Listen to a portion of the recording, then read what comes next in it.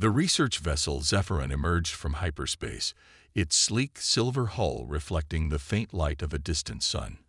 Inside, a group of elite alien students peered out through reinforced observation panels, their large, multi-lensed eyes narrowing as they gazed at the blue-green planet below. This was Earth, a world they had studied in theory, but never dared to visit until now. Professor Xylox, an elder scholar of xeno-survival studies, floated near the control console, his tentacle-like appendages moving with a measured grace. "Prepare for descent," he instructed, his voice calm but carrying a hint of unease. The students, 6 of the brightest minds from the Galactic Academy, exchanged glances. They had heard the stories. Earth was labeled a Category X Deathworld, a place so unpredictable and hostile that most intergalactic species avoided it entirely.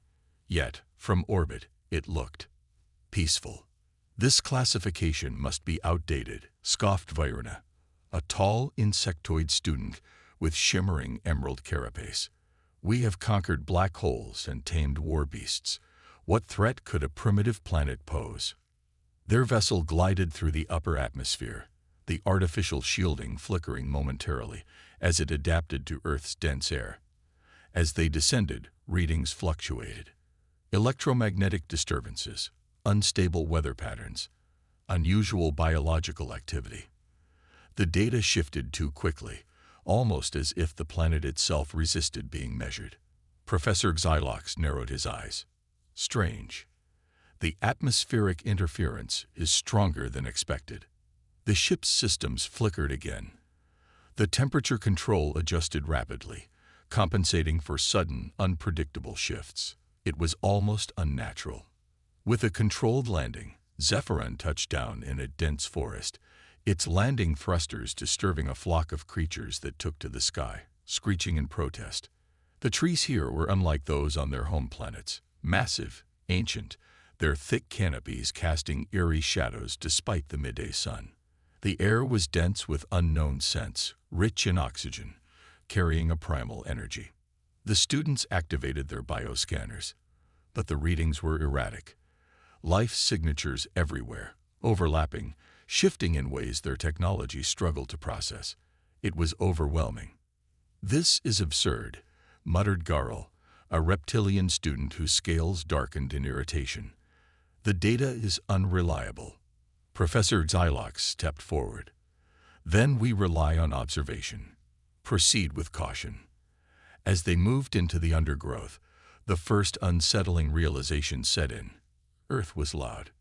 Insects chirped, leaves rustled, unseen creatures moved in the distance.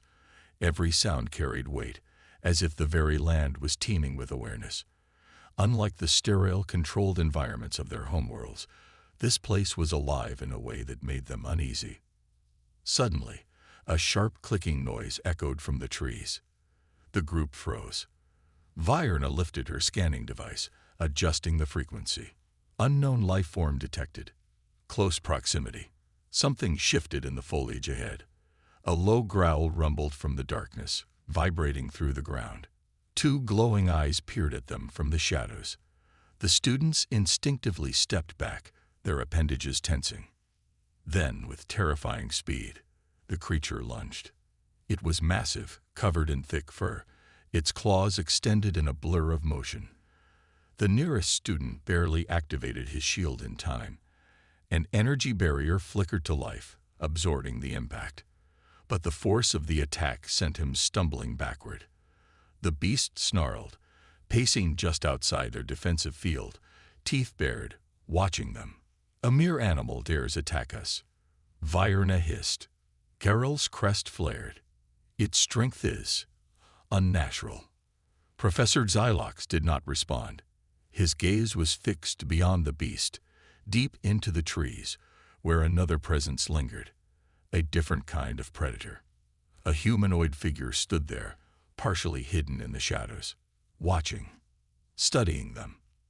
And then, in perfect standard galactic, the figure spoke. "You shouldn't be here." The words sent a chill through the alien students. The voice was deep, steady, and filled with something they couldn't quite define. Authority, maybe, or warning. It was the first time they had heard a human speak outside of controlled communications. The language was perfectly articulated, but the tone made it clear this was not a greeting. The figure stepped forward, emerging from the shadows of the dense earth vegetation. He was tall by their standards, his form wrapped in strange materials that blended with the environment. A long, reinforced covering draped over his torso, with pockets and straps holding primitive yet effective tools. His hands, covered in flexible material, rested casually at his sides, but the students sensed an underlying readiness in his posture. The way he moved was unnatural, too quiet, too precise, as if the very world conspired to keep him hidden until he chose to reveal himself. The predator that had attacked them, the great beast covered in thick fur, snarled again, but did not advance. Instead, it took one step back, its ears flattening. The creature, so fierce a moment ago, suddenly appeared hesitant. The alien students exchanged uncertain glances. Was it afraid of this lone human? Professor Xylox studied the man carefully. Though he had spent decades analyzing Earth's history, seeing a human in the wild, in its natural element, was different. There was something unsettling in the way the man stood, relaxed, but impossibly aware, as if the very air whispered secrets to him. The human lifted his chin slightly. "You're not supposed to be here." Virna clicked her mandibles in annoyance. "We are scholars from the Galactic Academy. We came to observe." The human exhaled through his nose, a sound of quiet disbelief. "Then you picked the wrong planet." Carol, ever prideful, stepped forward. "Your world has been misclassified. The designation of Earth as a Category X Deathworld is clearly exaggerated. We have landed on planets with crushing gravity, acidic rains, and creatures that swallow ships whole. And yet, we survive. What could possibly justify Earth's ranking?" The human didn't answer immediately. Instead, he turned his gaze toward the predator that had attacked them. The creature was still there, pacing slightly, its muscles tense. Then, with a short grunt, it lowered its massive head and slinked backward, disappearing into the undergrowth without a fight. Virna's mandibles twitched. "What did you just do?" The human shrugged. "Nothing." But his eyes told a different story. Xylox narrowed his gaze. "You did not fear that creature." "Should I have?" the man asked. It was not arrogance. That was what disturbed the professor most. It was not the foolish confidence of an inexperienced student or the bravado of a soldier trying to impress. It was a simple fact, stated as plainly as the color of the sky. The human did not fear the beast because he had no reason to. Carol's scales rippled uneasily. "You tamed it." The man let out a dry chuckle. "Nothing on this planet is tamed. We just have an understanding." Xylox's appendages flexed slightly, a sign of deep contemplation. "Explain." The human took a slow step forward, and the alien students instinctively recoiled. They weren't sure why, but something in their genetic memory screamed that this creature, this human, was more dangerous than anything they had encountered before, and he hadn't even drawn a weapon. "You came here to study why Earth is a death world," the man said. His voice was calmer now, but still edged with something unreadable. "You think it's because of the storms, the beasts, the diseases." Virna crossed her upper arms. "It is logical to assume as much." The human tilted his head slightly. "Then you really don't get it." The wind shifted through the trees, rustling the leaves, carrying the scent of damp earth and something metallic. Blood, perhaps from a distant hunt. The human watched them for a long moment before sighing. "Come with me." Xylox hesitated. "Where?" The man turned, already moving, his steps soundless despite the thick undergrowth. "If you want to understand Earth, you'll need to see for yourselves." The professor considered this. The human had appeared out of nowhere, avoided their scanners, commanded an apex predator with a glance, and now walked without hesitation into the unknown. Everything about him defied logic. Finally, Xylox made his decision. "We follow." The students exchanged wary glances but obeyed. As they stepped deeper into the wilderness, the forest seemed to swallow them whole. And for the first time, they felt it, the weight of the planet itself, the unseen presence of something vast and dangerous, lurking just beneath the surface. This was not a world of mindless monsters. This was a world of hunters, and the most dangerous one was walking right beside them. The alien students followed the human through the dense undergrowth, their steps cautious and unsure. The towering trees above twisted their limbs like silent watchers, their thick canopies blotting out the sky. Every few paces, strange sounds echoed through the wilderness. Distant howls, the rustling of unseen creatures, the occasional chirp of something far too intelligent for comfort. The ground itself felt unstable, the rich, damp soil shifting beneath their feet. Professor Xylox kept his gaze fixed on their guide. The human moved differently from them, while the aliens hesitated with every step, scanning their surroundings nervously. The man walked as if he belonged to the very shadows. His movements were fluid, deliberate, yet somehow effortless. He never looked over his shoulder, never glanced down at his feet, yet he never stumbled. Virna, unable to suppress her irritation, clicked her mandibles. How do you walk so easily in such unstable terrain? The human didn't stop. Because I've done it my whole life. Harold scowled, his reptilian eyes narrowing. Your world is chaotic. There is no pattern to the terrain, no predictable structure. How do you navigate? The man shrugged. You learn. The answer was infuriatingly simple, yet it carried weight. Xylox had studied hundreds of planets, each with civilizations that had adapted to their environments. But humans didn't just adapt, they mastered. He had seen it in the way the predator fled at the man's command, in the way he moved through the land as if it bent to his will. A sharp snap echoed through the trees. The group stopped instantly, their scanning devices whirring to life. Readings spiked, but the numbers made no sense. Something was nearby, watching. The human raised a single hand, and without a word, the students obeyed. Xylox noted how natural the gesture seemed, as if commanding others was second nature to this man. The silence stretched. Then something moved. It was subtle, a branch shifting, the whisper of something brushing against bark. The students adjusted their scanners, but the readings continued to fluctuate. Their technology, advanced beyond most species in the galaxy, was struggling to lock onto whatever was out there. Virna's mandibles twitched in frustration. Our sensors cannot detect it properly. The human smirked. That's because you're relying on numbers instead of instincts. Before they could question him, he moved.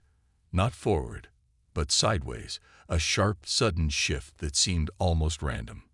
Then, in a blur of motion, something lunged from the trees. A beast unlike anything they had ever seen, a mass of muscle, fur, and claw, struck where the human had stood just moments before. Its enormous jaws snapped shut with a sound like cracking bone, but it found nothing but air. The human had already moved. With terrifying speed, he twisted, drawing a small metallic object from his belt. There was a deafening crack, a controlled explosion, and the beast let out a pained roar, stumbling backward. The students were frozen. The creature was huge, its body rippling with power. Yet the human had evaded it with nothing but instinct. More than that, he had anticipated it. The wounded predator locked eyes with him. The tension in the air was suffocating. But then something strange happened. The beast hesitated. It let out a low guttural growl, its massive claws scraping the earth. But instead of attacking again, it took a slow step backward, then another. And then, with a final huff, it turned and vanished into the trees. Virna exhaled sharply. That should not be possible. Harold's scales rippled in disbelief. It feared you. The human flicked his weapon, expelling a small wisp of smoke. Of course it did. Xylox studied him carefully. Why? The man finally turned to face them, his gaze steady. Because on this planet, there's only one apex predator.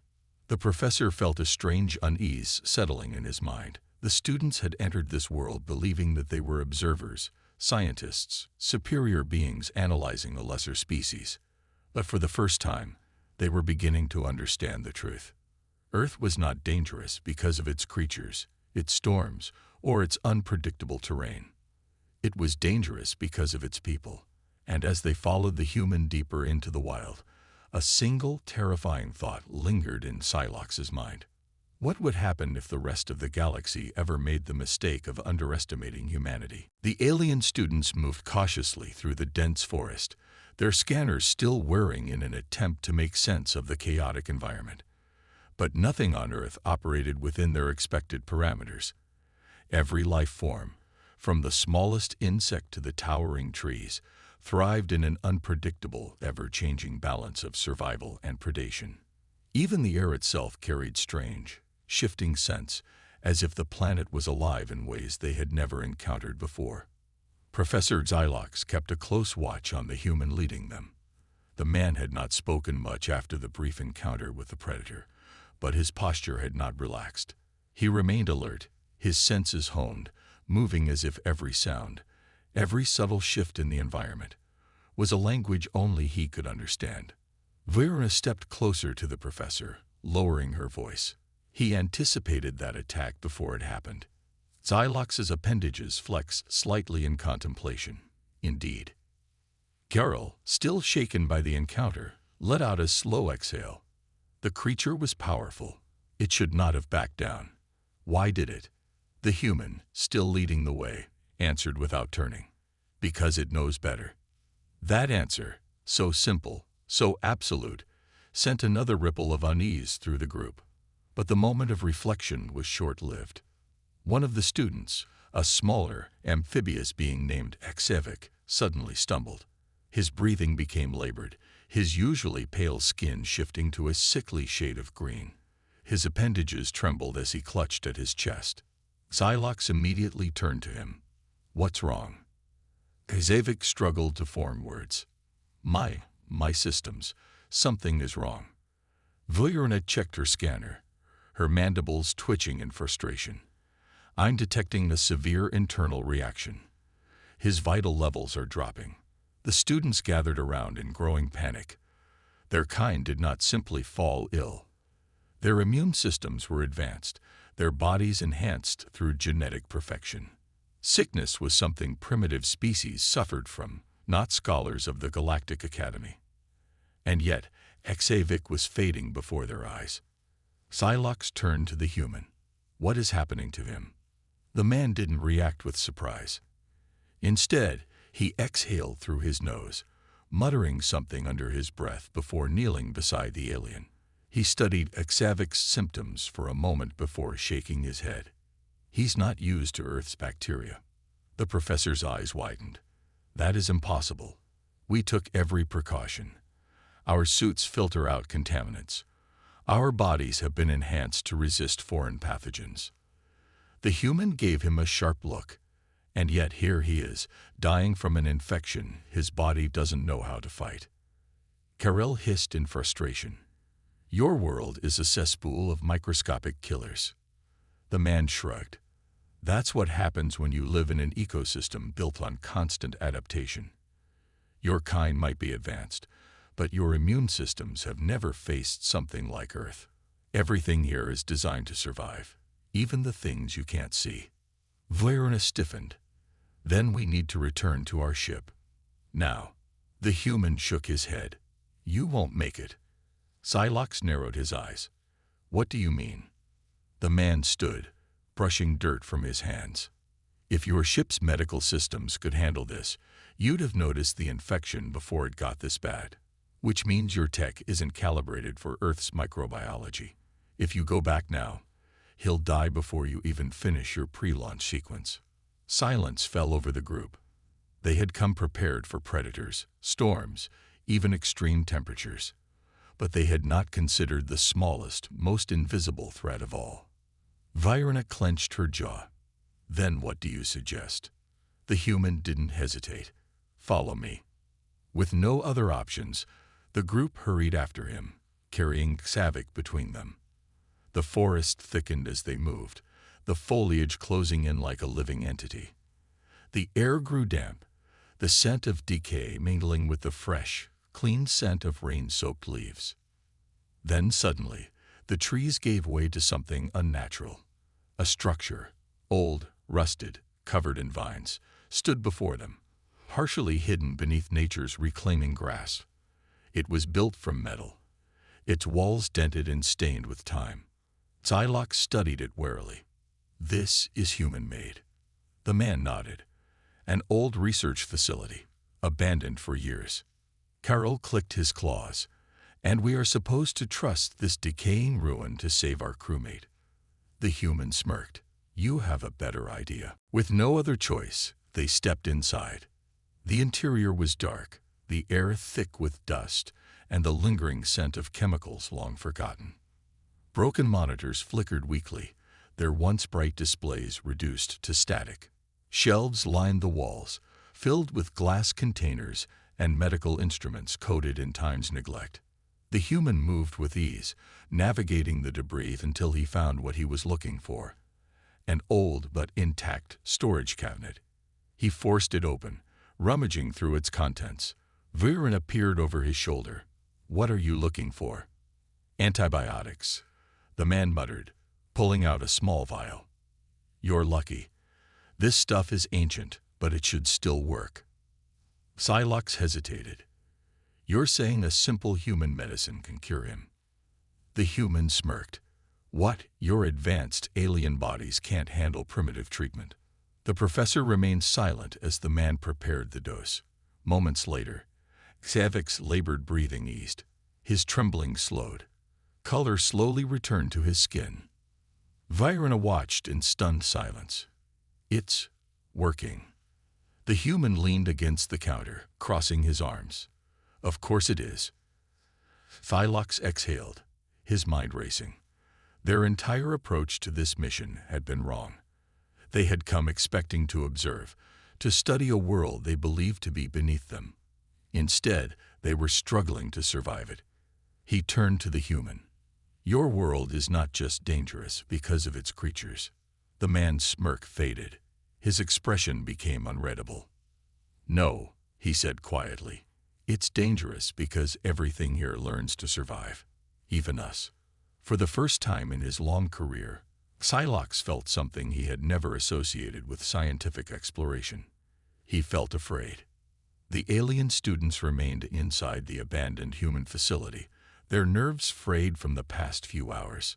The walls, rusted and weathered by time, felt oppressive, as if the building itself had seen too much, witnessed horrors they could not yet comprehend. Outside, the wilderness of Earth remained alive with unseen threats, but inside, another truth weighed upon them, their own vulnerability. Xavik was recovering, his breathing steadier, his color returning.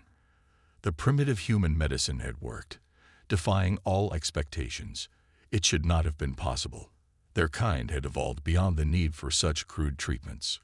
Their biology was superior, or so they had believed. And yet, Earth had humbled them with something as small as bacteria. Professor Xylox stood near the human, watching him with an unreadable gaze. "Your world is relentless."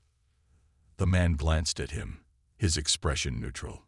"You're just now figuring that out." Virena let out a sharp click of irritation. "You take pride in it." The human's lips twitched slightly. "I take pride in surviving it." Carol, still uneasy from their earlier encounter with the predator, crossed his arms. "Your kind is strange. You live on a world filled with dangers that should have wiped you out long ago, and yet you thrive." The man tilted his head. "We don't just thrive. We conquer." Silence fell over the group. There was no arrogance in his words, no boastful display. It was a simple truth. Humanity had not merely endured Earth's hardships, it had mastered them. Xylox finally asked the question that had been forming in his mind since the moment they met the human. "Who are you?" The man exhaled, rubbing the back of his neck. "Just a survivor." "That is not an answer," Virena snapped. The human studied them for a moment, then leaned against a metal counter. "Fine. My name is David Carter. I used to be a soldier." Psylocke stiffened. A soldier. The implications sank in quickly. If this man was merely a single warrior of his species, then what did that say about the rest of them? David continued, his voice steady. "After I left the military, I spent years out here, studying the land, learning from it. Humanity's been here for thousands of years, and we're still figuring out how dangerous this place really is. But we adapt. We always do." Carol scoffed. "Your people fight against your own planet." David's eyes darkened slightly. "No, we become it." Vayrina opened her mandibles to respond, but a sudden noise cut her off. A low, distant hum. It was rhythmic, unnatural, something approaching from the forest. David immediately tensed. He moved toward the doorway, his hand instinctively reaching for the weapon at his belt. Xylox checked his scanner. The readings spiked erratically. "Something is coming." David didn't look away from the trees. "More of your kind." Vayrina checked her communicator. "Negative. Our ship's distress signal is still unanswered. This is something else." The hum grew louder. It wasn't an animal sound. It was mechanical. David cursed under his breath. "Damn it. You weren't the only ones watching the sky, were you?" Hylox's appendages twitched. "Explain." David turned to them, his voice tight. "Your arrival wasn't subtle. Something else must have picked up on it." Before anyone could react, the tree line exploded. A massive metallic shape emerged from the shadows, its form towering over them. It was not human. It was sleek, insect-like, covered in interlocking plates of chitin and reinforced metal. Its many limbs twitched with unnatural speed, and its eyes, dozens of them, glowed with an eerie blue light. Vayrina's breath hitched. "That's impossible." Xylox stared in horror. He recognized the design. It was not from Earth. It was not from any known ally of the Galactic Academy. It was a harvester, a machine created by an unknown race, designed for one purpose: collection. Entire planets had vanished in their wake, stripped of life, their populations never seen again. Harel hissed in panic. "We need to run." David's jaw tightened. "No." The alien students turned to him in shock. Xylox's voice wavered. "You don't understand. These things don't negotiate. They don't stop. They take." David's grip tightened around his weapon. "Then we don't let them." The harvester moved with terrifying speed, closing the distance in seconds. Its limbs split open, revealing glowing, pulsating energy sources. A harsh, digital screech filled the air as it prepared to attack. David moved first. In one fluid motion, he raised his weapon and fired. The first shot struck a joint in the machine's plating, sending a ripple of energy through its frame. Sparks flew, but it barely slowed. Xylox grabbed Vayrina, pulling her back. "We have to get out of here." David ignored them. He kept moving, dodging as the harvester's limbs crashed down where he had stood a moment before. It was fast, but he was faster. He pivoted, drawing a small device from his belt. With a flick of his wrist, he activated it, and a sharp, piercing sound filled the air. The harvester twitched, its movements faltering for a brief moment. David grinned. "You don't like that, do you?" Xylox's eyes widened. "What did you do?" David didn't answer. Instead, he lunged forward, placing an object directly against the machine's core. The harvester shuddered violently, its limbs flailing in distress. Then, with a deafening explosion, the machine collapsed. The silence that followed was suffocating. David stood over the smoking wreckage, his breathing even. He wiped a bit of dirt from his face before turning to the stunned alien scholars. Carol's voice was barely a whisper. "How?" David smirked. "Told you. We learn." Xylox struggled to process what had just happened. The harvester should have been unstoppable. It had taken down warships, entire colonies. And yet, One human had destroyed it with nothing but instinct and strategy. The professor swallowed hard. Your kind. You're not just survivors. David met his gaze, his expression unreadable. No, he said. We're hunters. And for the first time, the alien scholars realized the true danger of Earth. It was not the beasts, not the diseases, not even the unpredictable chaos of the world itself. It was them, the humans. And the galaxy had no idea what it was dealing with. The remains of the harvester smoldered, twisted metal and shattered components littering the ground. The alien students stood frozen, their bodies rigid with shock. They had witnessed something impossible, something that defied all their understanding of warfare and survival. One human had just brought down a machine that had reduced entire civilizations to dust. David Carter holstered his weapon and exhaled, rolling his shoulders as if the fight had been nothing more than an inconvenience. His expression was unreadable, but his body language spoke volumes. He had been ready for this. He had expected something like this. Xylox finally found his voice. That should not have been possible. David glanced at him. Yeah. Well, I don't put much stock in should and should not. Virena, her mandibles twitching with unease, stepped forward. You fought it like you had done it before. David gave a small shrug. Not my first time running into one of these things. Xylox's mind raced. You mean to say, this has happened before? David sighed, running a hand through his short-cropped hair. Not exactly this, but similar enough. Carol, still shaken, hissed.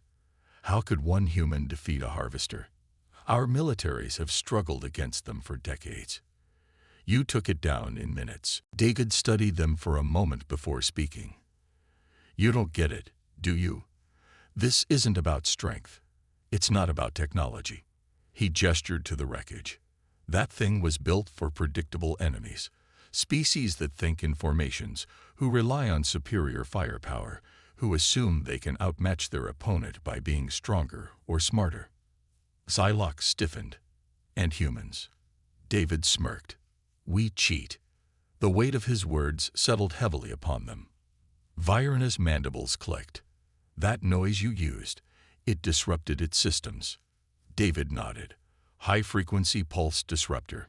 Not military grade, but enough to mess with its sensors for a second. That was all I needed. Xylox was stunned. Humans exploited weaknesses. They didn't fight fair. They fought to win. But before anyone could respond, the ground trembled.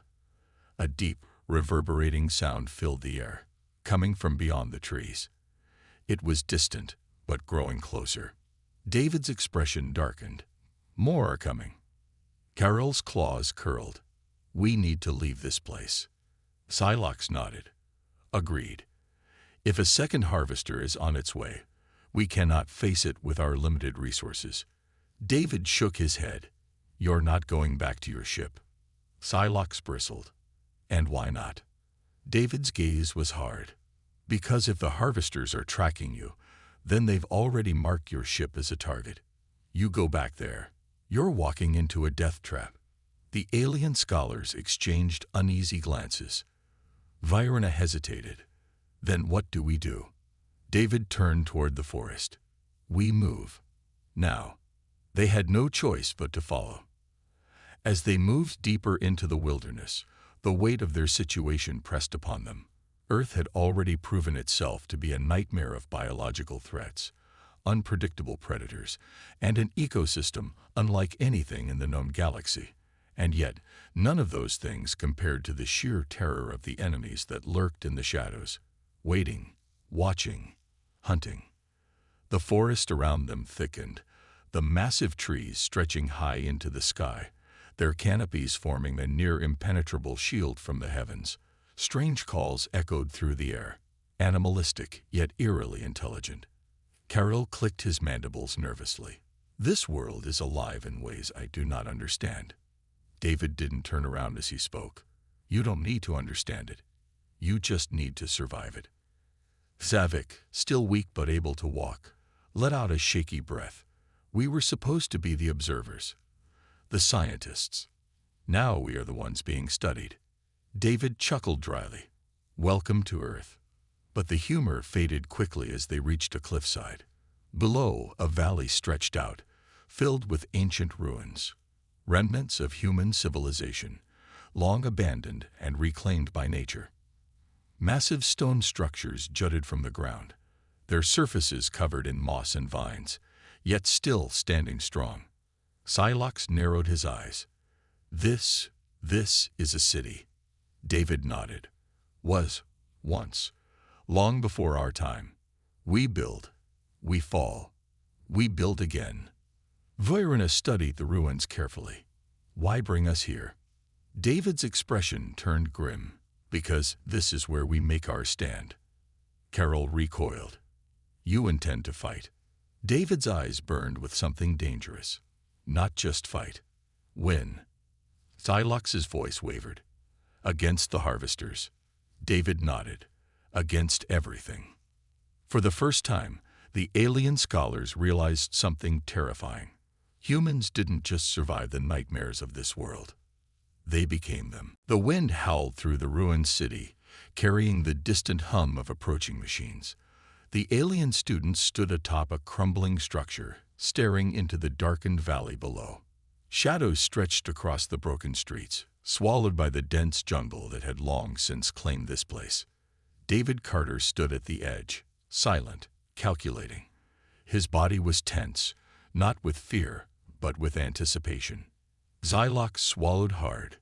This is madness. David smirked without looking at him. No, this is strategy. Vairina's mandibles twitched in frustration. We cannot defeat them, human. The harvesters will not stop. They will tear through this place just as they have done to countless other worlds.